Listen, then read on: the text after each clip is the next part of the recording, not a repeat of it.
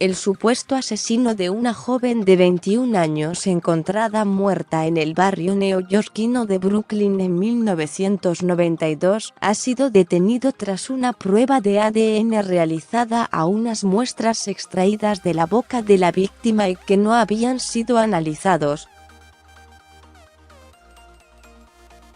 El ADN hallado en el cuerpo de Stacey Lynette Joyner coincidía con el del sospechoso, Calvin Grant, vecino de la víctima.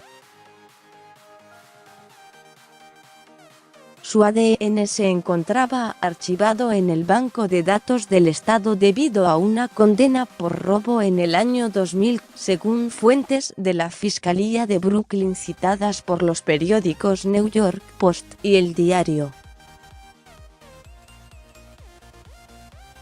Grant, de 52 años, tenía 25 cuando supuestamente cometió el asesinato. La fiscalía apuntó que nadie había analizado las pruebas de ADN extraídas entonces y que al parecer se trataba de semen del sospechoso. La víctima fue encontrada en el techo de un edificio de Brooklyn en 1992. Un testigo había visto a Grant en el lugar horas antes de que Joyner sea encontrada, pero no había pruebas que lo vinculen con solidez al crimen. Tras el descubrimiento, el sujeto fue acusado de asesinato en segundo grado y de ser hallado culpable. Podría ser sentenciado a 25 años de cárcel.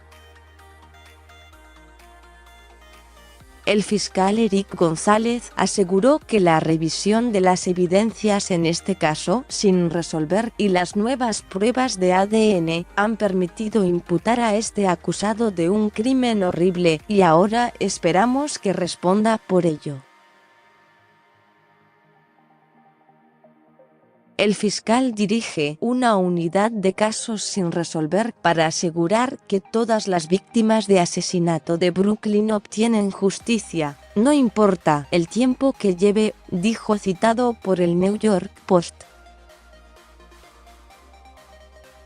Con información de EFE, más sobre este tema, fue el asesinato que más estremeció a Harvard. 50 años después, fue resuelto. Un joven fue filmado mientras golpeaba brutalmente a un anciano de 62 años y se entregó a la policía.